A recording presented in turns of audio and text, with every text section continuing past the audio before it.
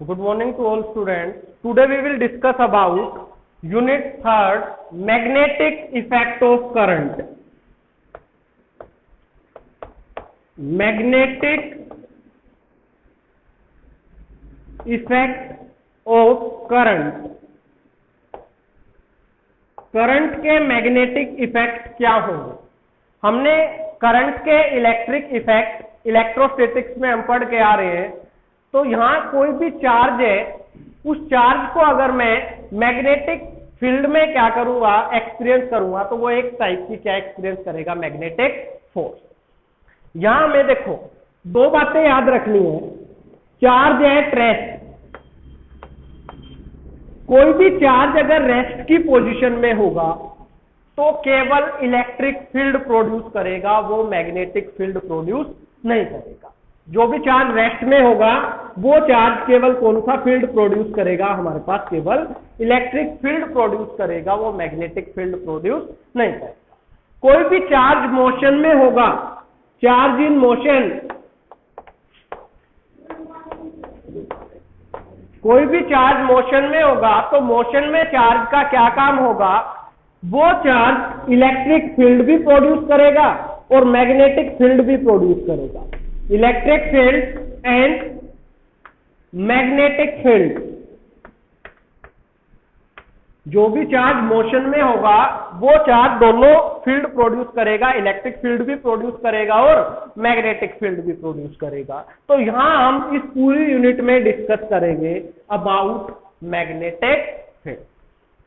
When a charge particle will be in motion, it will experience magnetic field. कोई भी charge particle किसमें होगा, motion में होगा, तो वो चार्ज पार्टिकल हमें कौन सा फील्ड प्रोवाइड करवाएगा, magnetic field.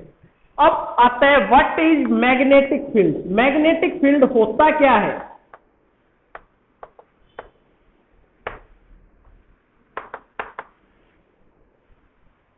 Space around the magnet. देखो ये मेरे पास कोई भी मैग्नेट है, ये मैग्नेट का नॉर्थ पोल, ये मैग्नेट का साउथ पोल। तो मैग्नेट के चारों ओर का वो स्पेस जहां पे मैग्नेट अपनी फोर्स एक्सपीरियंस कर सकता है, that space is known as magnetic field. देखो मैग्नेट है, सपोज करो मैं यहां स्टेशनरी हूं, तो मैक्सिमम टू मैक्सिमम मेरा फील्ड ये हो सकता है, अगर मैं यहां स्टेशनरी हूं तो मैग्नेट यहां स्टेशनरी है और मैग्नेट के चारों ओर का वो स्पेस जहां तक ये मैग्नेट अपना अफेक्ट शो कर सकती है, उस स्पेस को बोल देंगे हम मैग्नेटिक फील्ड। कई बार 1 मार्क में एचबीएससी में कई बार क्वेश्चन आया है, a moving charge produce electric field, magnetic field, both, none of these. तो बोथ ऑप्शन होगा। कई बच्चे गलती कर देते हैं कि मूविंग चार्ज आ गया तो वो केवल मैग्नेटिक फील्ड प्रोड्यूस करेगा। एक मूविंग चार्ज मैग्नेटिक फील्ड तो प्रोड्यूस करेगा, बट मैग्नेटिक फील्ड के साथ साथ वो इलेक्ट्रिक फील्ड भी क्या करेगा, प्रोड्यूस करेगा। तो वहां हमें बोथ ऑप्शन टिक करना है, सिंगल ऑप्शन टिक नहीं करना है। तो मैग्नेटिक फील्ड पता लग गया हमें क्या है। अब मैग्नेटिक फील्ड के बाद आता है what do you understand by magnetic force. आप मैग्नेटिक फोर्स से क्या समझते हो, मैग्नेटिक फोर्स कैसे एक्सपीरियंस करता है और मैग्नेटिक फोर्स में कौन सा रूल लगता है हमारे पास।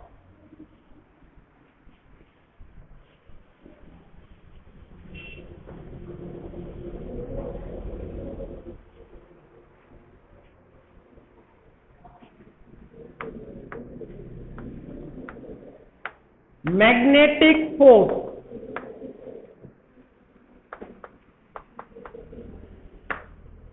मैग्नेटिक फोर्स क्या है? When a charge particle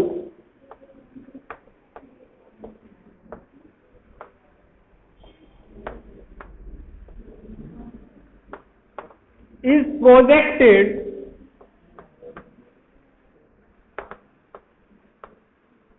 in a magnetic field,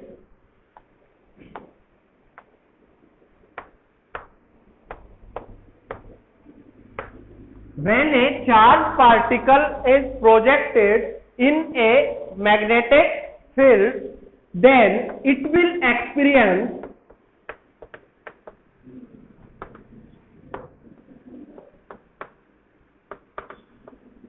a magnetic force, it will experience a magnetic force. कोई भी चार्ज पार्टिकल था Q, मैंने उस चार्ज पार्टिकल को फ्रीली मूव करने के लिए छोड़ दिया मैग्नेटिक फील्ड में। देखो सपोज करो इस रूम में केवल मैग्नेटिक फील्ड है, मैं कोई प्लस Q चार्ज लेके आऊंगा और उसको इस रूम में फ्री टू मूव छोड़ दूंगा कि उसकी खुद की मर्जी है वो किस डायरेक्शन में जाए। तो जैसे जैसे चार्ज मूव करता रहेगा तो मैग्नेटिक फील्ड तो है वो और ज्यादा मैग्नेटिक फील्ड प्रोड्यूस करेगा और उस मैग्नेटिक फील्ड के कारण एक फोर्स प्रोड्यूस होगी। That force is known as magnetic force. कौन सी फोर्स प्रोड्यूस होगी? Magnetic force. अब वो मैग्नेटिक फोर्स कितनी प्रोड्यूस होगी, वो मैग्नेटिक फोर्स कितना प्रोड्यूस होगा वो हम कैलकुलेट करेंगे। देखो कैसे,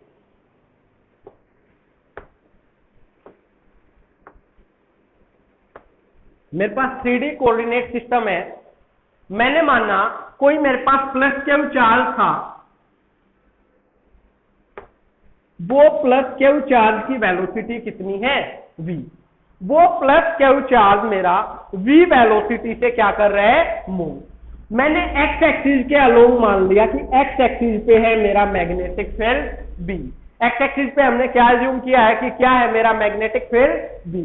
अब जैसे ही मैंने Q चार्ज को v वेलोसिटी से किसी स्पेस में मूव किया तो इसने मैग्नेटिक फील्ड के साथ मैंने सपोज किया कितना एंगल अज्यूम किया है? थीटा। अब 11th क्लास में हम रेक्टेंगुलर कोऑर्डिनेट सिस्टम पढ़ के आए थे, प्रोजेक्टाइल में भी पढ़ के आए थे। जब मैं v को दो कंपोनेंट में रिजोल्व करूंगा तो जहां थीटा है वहां कौन सा कंपोनेंट आएगा? कोस कंपोनेंट। और जहां थीटा नहीं है वहां कौन सा कंपोनेंट आएगा? Sign component. जहां थीटा होगा वहां कोस कंपोनेंट, जहां थीटा नहीं होगा वहां साइन कंपोनेंट। तो ये v component, v velocity vector मैंने दो कंपोनेंट में रिजोल्व किया, यहां क्या आ जाएगा? v cos theta. ये इसके परपेंडिकुलर है, यहां नहीं है तो यहां क्या आ जाएगा? v sin theta. कैसे रिजोल्व किया है पता लग गया। अब जो ये परपेंडिकुलर है यहां मैग्नेटिक फोर्स आएगी F is equal to Q into V cross B। ये फोर्स की डायरेक्शन ये अभी मैं डेराइव करूंगा और कैसे मैंने परपेंडिकुलर डायरेक्शन दी है वो सारा एक्सप्लेन करूंगा। ये समझ आ गया कि मैंने x एक्सिस पे मैग्नेटिक फील्ड माने हैं और जब कोई plus Q charge v velocity से क्या कर रहे हैं? मूव कर रहे हैं, फ्रीली मूव कर रहे हैं, तो x एक्सिस चलो v cos theta, perpendicular v sin theta. ये फ्रीली क्या कर रहे हैं? मूव कर रहे हैं। अब देखो जितनी मैग्नेटिक फोर्स होगी उसकी स्ट्रेंथ किसके ऊपर डिपेंड करता है वो देखो। The strength of magnetic force, the strength of magnetic force depends on following factor, depends on following factor. देखो भाई, F is directly proportional to Q। जितना ज्यादा चार्ज का मैग्नीट्यूड होगा उतनी ही ज्यादा क्या होगी हमारे पास? Magnetic force. जितना ज्यादा चार्ज का मैग्नीट्यूड होगा वो उतना ही फ्रीली मूव कर पाएगा, उतना ही फ्रीली मूव कर पाएगा तो उतनी ही ज्यादा क्या प्रोड्यूस करेगा? Magnetic force. F is directly proportional to B। जितने स्ट्रॉन्ग मैग्नेटिक फील्ड में हम चार्ज को छोड़ेंगे उतनी ज्यादा क्या होगी? Magnetic force. अब हाई टेंशन वायर है, कई बार आपने हाई टेंशन वायर के नीचे से देखा होगा ऐसे आवाज आती है ना आपको करंट की बहुत ज्यादा, जो हमारे पावर केबल होते हैं पावर स्टेशन के। तो जितना ज्यादा मैग्नेटिक फील्ड होगा उतनी ही ज्यादा क्या होगी हमारे पास? Magnetic force. F is directly proportional to perpendicular component of magnetic field। Magnetic field का परपेंडिकुलर कंपोनेंट, तीनों एक्सिस एक दूसरे के परपेंडिकुलर होते हैं तो perpendicular component of magnetic field. F is directly proportional to V sin theta. इसको हम लिख सकते हैं perpendicular component of magnetic field. ये मैग्नेटिक फील्ड का क्या होगा? Perpendicular component. Combining equation first, second and third we get. Equation number first, second, third को कंबाइन करो क्या मिलेगा? F is directly proportional to QVB sin theta. आ जाएगा ना, जब मैं तीनों इक्वेशंस को कंबाइन कर दूंगा तो मेरे पास मैग्नेटिक फोर्स का रिजल्ट आ जाएगा क्या, F is directly proportional to QVB sin theta. Directly proportional के सिंबल को हटाने के लिए आप कोई प्रोपोर्शनलिटी कांस्टेंट लेके आते हो, तो इसको हटाने के लिए आप कोई कांस्टेंट लिया है K Q V B sine theta, K Q V B sine theta. K is known as proportionality constant. K क्या है हमारा यहाँ, प्रोपोर्शनलिटी कांस्टेंट। अब एक बात बताओ, आप 11th क्लास में पढ़ के आए थे, आप डॉट प्रोडक्ट को किससे ओपन करते थे, कोस थीटा से। क्रॉस प्रोडक्ट को किससे ओपन करते थे, साइन थीटा से। डॉट को कोस से, क्रॉस को साइन से। तो क्या मैं इसको क्रॉस प्रोडक्ट में भी लिख सकता हूं, चार्ज का मैग्नीट्यूड सेम, क्यू मैंने एज इट इज रखा, वी बी साइन थीटा को मैं क्या लिख सकता हूं, V cross B, V vector cross B vector, क्योंकि क्रॉस प्रोडक्ट को हम साइन थीटा से ओपन करते हैं। अगेन मैं इसको ओपन करूंगा तो वी बी साइन थीटा क्या हो जाएगा, ओपन हो जाएगा। तो मेरे पास मैग्नेटिक फोर्स का रिजल्ट आ गया के Q into V cross B. SI system में के की वैल्यू मैं एज्यूम करूंगा 1। एसआई सिस्टम जो होगा, स्टैंडर्ड इंटरनेशनल सिस्टम, वहां के की वैल्यू मैं कितना एज्यूम कर लूंगा, 1 एज्यूम कर। अब देखो फोर्स की डायरेक्शन ये कैसे आई, इसके लिए हम अप्लाई करेंगे फ्लेमिंग साइंटिस्ट था, आप पहले भी पढ़ के आए हो 10th क्लास में, फ्लेमिंग लेफ्ट हैंड रूल। मैं अप्लाई करूंगा Fleming left hand rule. Fleming का लेफ्ट हैंड रूल क्या कहता है, if over first finger gives the direction of magnetic field, middle finger gives the direction of velocity vector, मतलब charge particle जिस direction से move, जिस direction में जिस वेलोसिटी से मूव कर रहे हैं उसकी डायरेक्शन देगा। Then over thumb gives the direction of force, thumb किसकी डायरेक्शन देगा, फोर्स की। देखो ये मैं यहां अप्लाई करूंगा, first finger gives the direction of magnetic field, यही बताया मैंने। Middle finger gives the direction of velocity vector, कि वो चार्ज पार्टिकल किस वेलोसिटी से किस डायरेक्शन में जा रहे हैं। Then over thumb gives the direction of force, that is known as Fleming left hand rule. तो फ्लेमिंग के लेफ्ट हैंड रूल से फोर्स की ये डायरेक्शन कैसे आई, पता लग गया सबको, फ्लेमिंग के लेफ्ट हैंड रूल से। अब हम यहाँ स्पेशल केस डिस्कस करते हैं कि इस फॉर्मूले में क्या क्या स्पेशल केसेस है। सपोज करो ये चार्ज पार्टिकल मैग्नेटिक फील्ड के साथ साथ मूव कर रहे हैं, ये चार्ज पार्टिकल किसी थीटा एंगल पे मूव ना करके इस मैग्नेटिक फील्ड के साथ साथ मूव कर रहे हैं। तो देखो मैग्नेटिक फील्ड की भी डायरेक्शन यही है और वेलोसिटी वेक्टर की भी डायरेक्शन यही है, तो दोनों के बीच में एंगल कितना आ जाएगा, 0 डिग्री। जब दोनों एक ही उसमें है तो थीटा कितना होगा, 0 degree. When charge particle is move along the magnetic field, अगर वो चार्ज पार्टिकल मैग्नेटिक फील्ड के साथ साथ मूव कर रहे हैं तो उस केस में मेरे पास थीटा कितना होगा, 0। अगर थीटा 0 तो मैं थीटा की जगह यहां कितना पुट करूंगा, 0। Sine 0 0, 0 into something 0, then net magnetic force will B.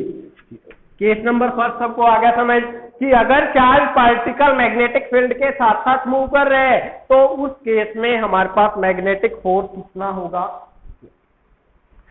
अब सेकंड केस है when charge particle is move perpendicular to the magnetic field, ये किसी थीटा एंगल पे मूव ना करके इसके कैसे मूव कर जाए, परपेंडिकुलर मूव कर जाए। अगर ये चार्ज पार्टिकल परपेंडिकुलर मूव करेगा तो उस केस में theta will be 90 degree, theta 90, sine 90 कितना होता है 1, then force will be QVB, that will be the maximum force. इस फोर्स को कौन सी फोर्स बोलूंगा मैं, मैक्सिमम फोर्स, ये हमारे पास सबसे ज्यादा वाला।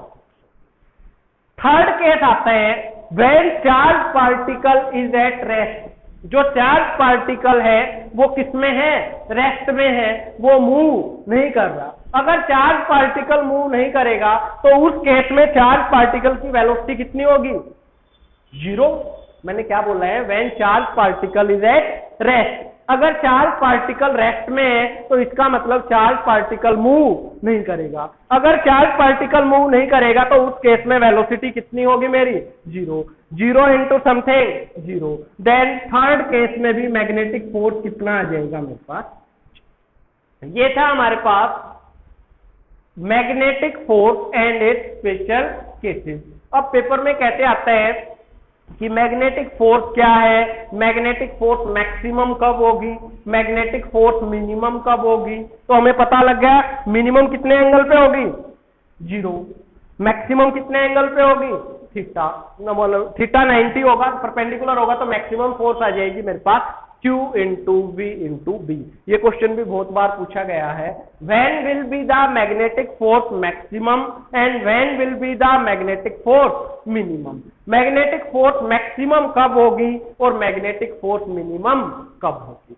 अब जो मैंने मैग्नेटिक फील्ड पढ़े है मेरे को ये पता होना चाहिए what is the SI unit of magnetic field. Magnetic field की SI यूनिट क्या है, उसको हम कैसे डिफाइन करेंगे, वो कैसे कैसे वर्क करेगा।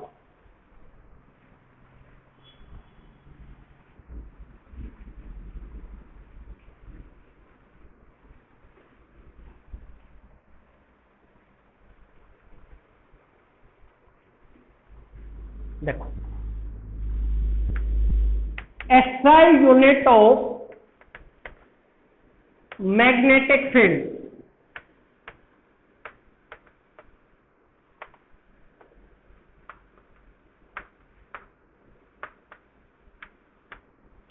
टेस्ला। मैग्नेटिक फील्ड की SI यूनिट क्या होती है? टेस्ला। अब जैसे आप सेकेंड यूनिट में 1 एम्पियर डिफाइन करके आए थे, डिफाइन 1 एम्पियर, डिफाइन 1 ओम, ये सारी चीजें आप डिफाइन करके आ चुके हैं। तो यहां कई बार आ जाता है डेफिनेशन डिफाइन 1 टेस्ला। आप एक टेस्ला को कैसे डिफाइन करोगे? देखो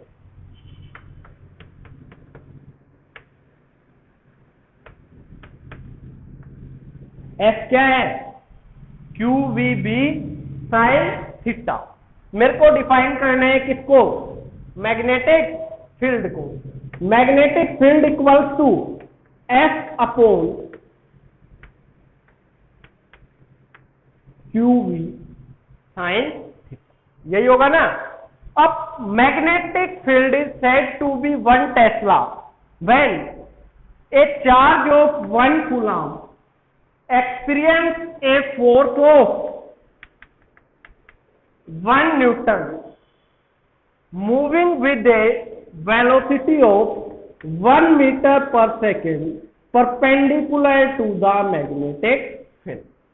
अगर 1 कूलम का कोई भी चार्ज 1 मीटर पर सेकंड की वेलोसिटी से मूव करता हो मैग्नेटिक फील्ड के परपेंडिकुलर, तो उस केस में कितने न्यूटन फोर्स एक्सपीरियंस करेगा? 1 न्यूटन। और इस सारे सिस्टम का मैग्नेटिक फील्ड कितने टेस्ला होगा? 1 टेस्ला। क्लियर है सबको 1 टेस्ला क्या है? अब 1 टेस्ला मैंने डिफाइन किया। अब उससे what is the dimensional formula for magnetic field. Magnetic field के लिए भाई डायमेंशनल फॉर्मूला हम कैलकुलेट करेंगे। फोर्स है, फोर्स का सबको याद है M1 L1T माइनस। चार्ज है, चार्ज क्या होता है? Current into time, A into T, current into time. Current को एम्पियर लिखते हैं, टाइम सेकेंड। V है velocity L1T minus sine theta, sine theta cos theta having no dimensional formula, क्योंकि theta क्या होता था? आर्क अपॉन रेडियस, लेंथ से length cancel हो जाता था। तो कंबाइन करो इनको, कंबाइन करने के बाद आपको क्या मिलेगा? लेंथ से लेंथ क्या हो गया मेरा? कैंसल। M1, अब ये टाइम पॉजिटिव था, ये नेगेटिव, ये भी क्या हो जाएंगे? Cancel out. T minus 2, A minus 1, नीचे प्लस का है, ऊपर जाके किसका हो जाएगा? क्लियर है? ये क्या आ गया मेरे पास? Dimensional formula for magnetic field. Magnetic field के लिए मैंने क्या कर दिया, ये डायमेंशनल फॉर्मूला।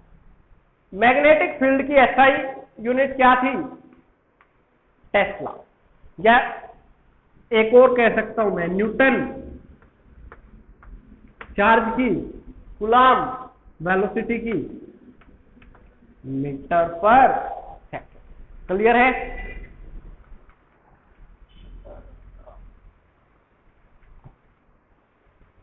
अब आते हैं what is the CGS unit of magnetic field.